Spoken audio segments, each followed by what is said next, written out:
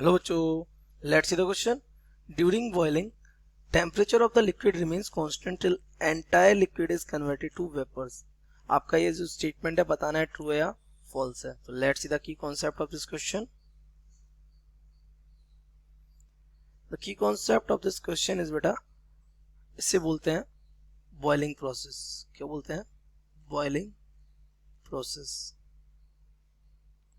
तो what is this process? It is the process in which a liquid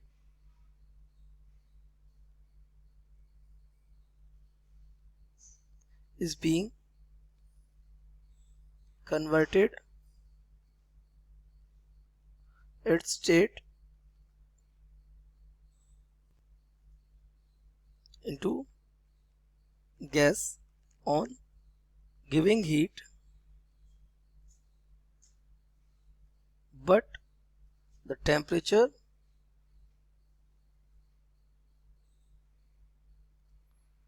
is not risen.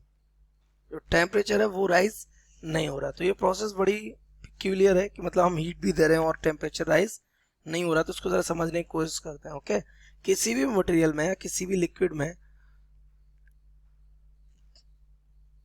Particles क्या कर रहे होंगे? Particles में जो फोर्स ऑफ अट्रैक्शन भी होगा और पार्टिकल्स क्या कर रहे होंगे? मोशन भी कर रहे होंगे.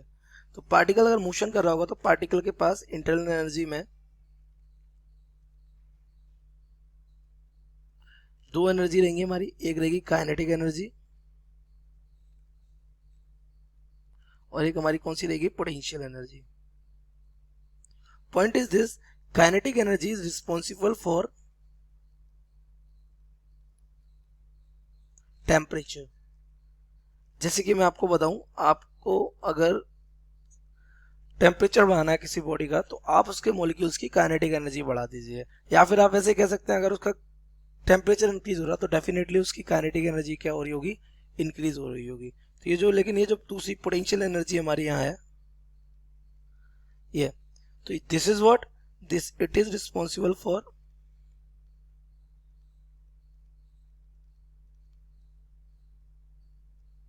force of attraction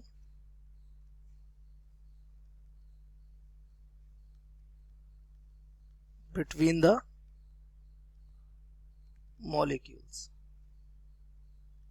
मॉलिक्यूल्स के बीच के फोर्स ऑफ अट्रैक्शन को कौन? ये पोटेंशियल एनर्जी टैकल करती है. तो अब देखिए, अगर आप हीट प्रोवाइड करा रहे हैं तो वो किसको मिलेगी? इंटरनल एनर्जी को. तो इंटरनल एनर्जी में या तो वो किसको मिलेगी? काइनेटिक एनर्जी को, या वो किसको मिलेगी? पोटेंशियल एनर्जी को.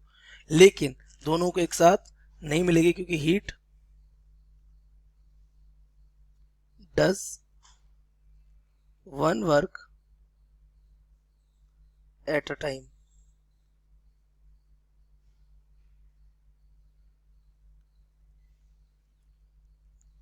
यानी कि एक टाइम में वो एक ही काम करेगा. या तो उससे आप क्या कर लीजिए?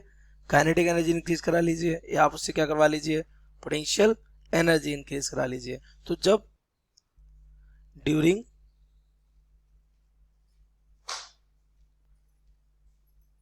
State conversion its potential energy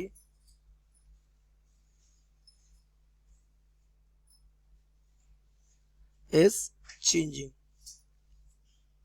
so kinetic energy उसकी किस में होती है? कांस्टेंट. वो इंक्रीज नहीं होती है. तो अगर काइनेटिक एनर्जी इंक्रीज होगी तो टेम्परेचर भी इंक्रीज नहीं होगा. तो वो कैसा रहेगा बेटा? वो रहेगा constant. So you can say the given statement